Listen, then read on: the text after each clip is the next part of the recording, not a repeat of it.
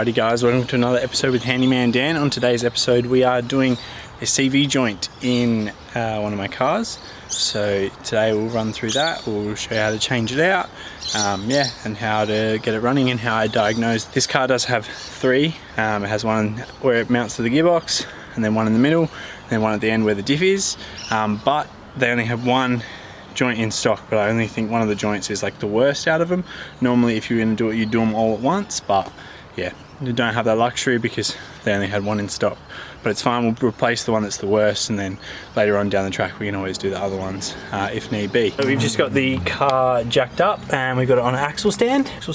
We've got the other tyre chocked, just then it can't go anywhere. And then we've got the front on ramps. So we've just got it up on ramps. From my diagnosis you can see there's one universal joint there, and then one at the front there. I've worked out that this one is the one that's bad, just from kind of audibly hearing it. Yeah, I did that, sprayed a bit of fluid on that, and then let it sit for a bit, and then drove it, and the noise went away, and now it started squeaking again. I'll put in the video of the squeaking noise that it's making.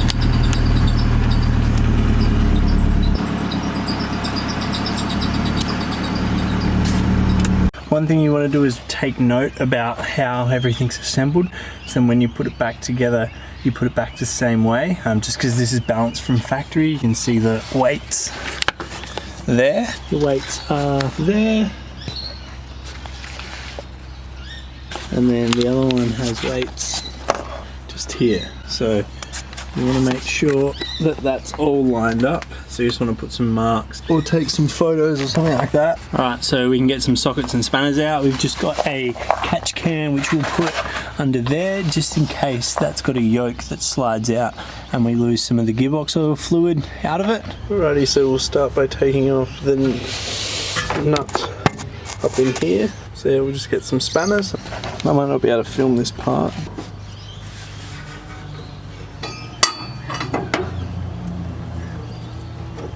Okay, so we've got both of those out. Now that's all loose like that. So that means when we come to slide it out, we can just lift that up. So that's perfect. We'll just quickly grab the axle stand and just put it on this just to help support this drive shaft when we pull it out. Okay, so we've just got the axle stand set up there. Alrighty, I'm just going to hit these with a little bit of penetrating fluid. So you got a 12 on this side and a 14 on this side. Okay, so it's not really budging, so we'll try the old hammer hit, see if we can get it to go anywhere. So we've got one cracked, we'll just get the other one. Yes, so we'll try that again. 12 on there, 14 on here, and yeah, just give it the biggest hit we can with the hammer. There we go, and the last one. There we go. Now we can finish undoing them all. Okay. Second one done. So yeah, it's just got a spring washer, so you don't lose that. Now we just want to support this with one hand as we pull this last one out. Okay, it's still got enough friction to hold the drive shaft there. There we go. So now we'll just slide it, lift up and slide it, and this other end hopefully should slide out. Just like that. So there we have it, the drive shaft's out and down, so we'll just slide that out. So this is the end that's bolted onto the diff, and then that's the yoke that slides into the gearbox. So I've just gone over and checked everything, and this one's definitely the worst out of the lot. So it's got a lot of play, like clicks kind of thing. As you can see it here, that's just like a click. Whereas this one has a little bit of play in it, but they only have one in stock. So we'll pull this one out and replace this, and then this one we'll pull the caps out and we'll repack it with grease. Alrighty, so it's actually 2 days later. The camera ran out of battery, and the parts that Repco gave me were the wrong parts and didn't fit. We ended up finding them with Bursons. Now go through and we'll do the other one in the middle because they had 2 in stock. So these are the new ones. So as you can see, this one is identical in size, the cup size is identical too. Okay, so we're just starting by loosening up these spring clips in the hole and then just tap it with a hammer just to loosen them up. Okay, so that one's actually pushed this clip completely out at this back bit here. So now we can just get a screwdriver in.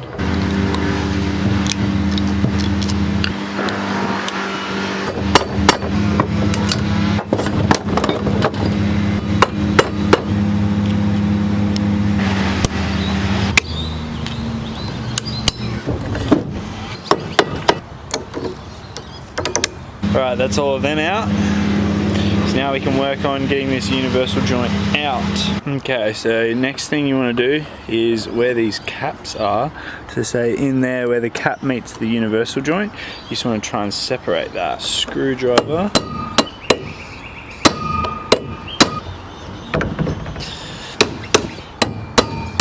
Okay, so I've just put some WD-40 on there, and now we're going to try with a cold chisel.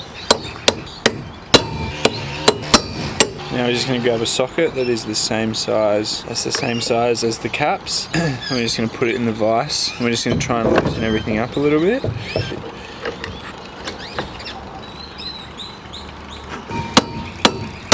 And we're starting to get a little bit of movement on the caps. So as you can see here, we've created that gap between the cap and the universal joint. Yeah, so we're still just working on trying to get separation. Okay, so we're just trying a little bit of a different tactic just because we've got movement on one side but haven't got movement on the other. So this is the side that was really loose. So we're sitting the socket back in there and we're just tapping it down, trying to knock the cap on the bottom side out. So we've knocked that cap down a fair way and the cap on the other side's come out. So work this other cap back. Now I've just got the spanner sitting in there. That'll take up a lot of the slack. And we'll tap now this side down with the socket. Okay, we're almost there. That other side's almost out. Okay, so now that's almost out. Now I'm just levering off this spanner, just working out to get this other side out, which is just a small screwdriver. We can just put it in there and tap the cap. It is pretty much out. We just need to get the other cap up a little bit. Right, so we're getting started on this next side. So we seem to have a bit more luck with the socket and the hammer, so we'll start with that.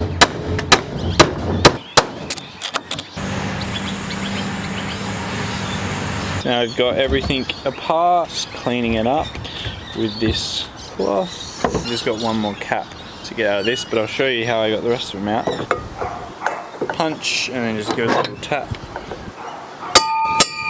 Then we have another cap. You can see inside of that cap on this as well. Look at some of the scoring on that bearing. So I was just tapping on this, like on this flange here, and pushed it out. Same with that one, and just tapping down on that point there, and then that's just popped that cap out underneath like that. So yeah, we've popped one cap out completely, and then that comes out just like that. Then we just got to get this last cap out.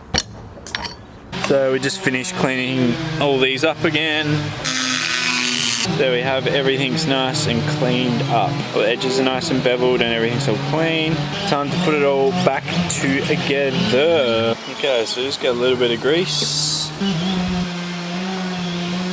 This one sits just like that. We can get our new universal joint. We'll pull the cap off, and we'll pull the cap off, and then we'll put this. There we go. Put it back like that. And just give it a light little tap with the hammer. Now that one's half in like that. So now we can work on getting this one on. So texture mark, get them all lined up. I don't know if that grease nipple is going to work. Okay, there we go. I want to just put it.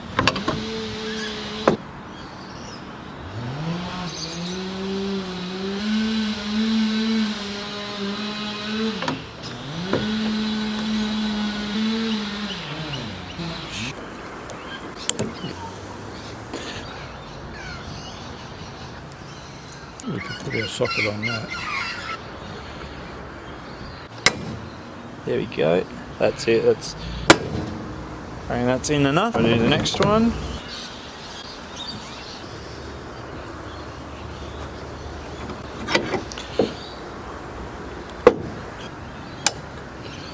There we go. Perfect. One done. Okay, this one's all cleaned up and ready to go, so we'll do the same thing. Just wipe a little bit, the littlest bit of grease. So we'll pull one off, we'll put it in the top. Let's get that started. So we'll pull this cap off, so then we'll go like that, drop him in, so. Bring him up, just like that, and give us a little tap up.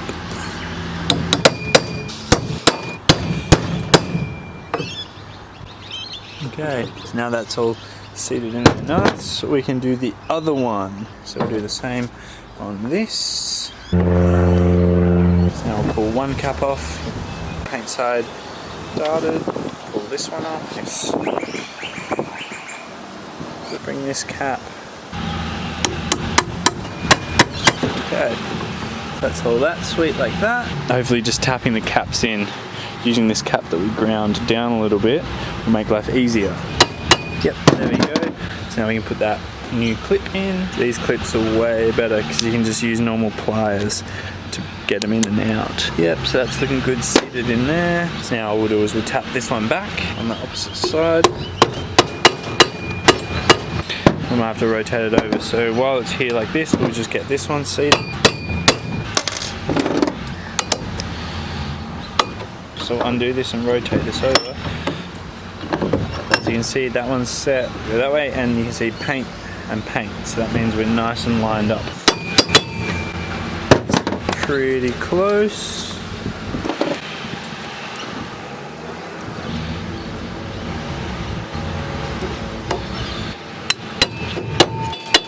All back in nicely, so now we just got to do this last one.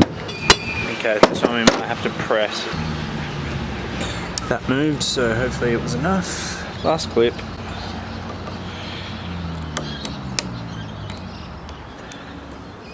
So, clips are in. We'll just run a little bit of grease to there. Yeah, it should get harder and harder as we go.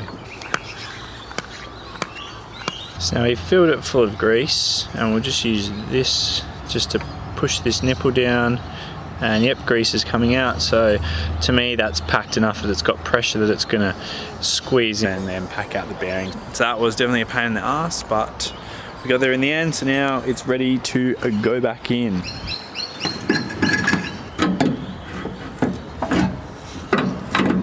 So that texture line. Now we'll just put the 4 bolts into here just to hold that. Remember your spring washer. Okay, now we'll do them all up. So we need the 12 and a 14. Okay, now we'll just do the opposite one. Okay, that's all those 4 done up. So now we'll just do the 2 on that retaining clip in the middle where those pins are. We'll just put those 2 back on. So we've just got 2 go on up in here. Yeah, that's all done and we are packing up, so we'll take it off the jack.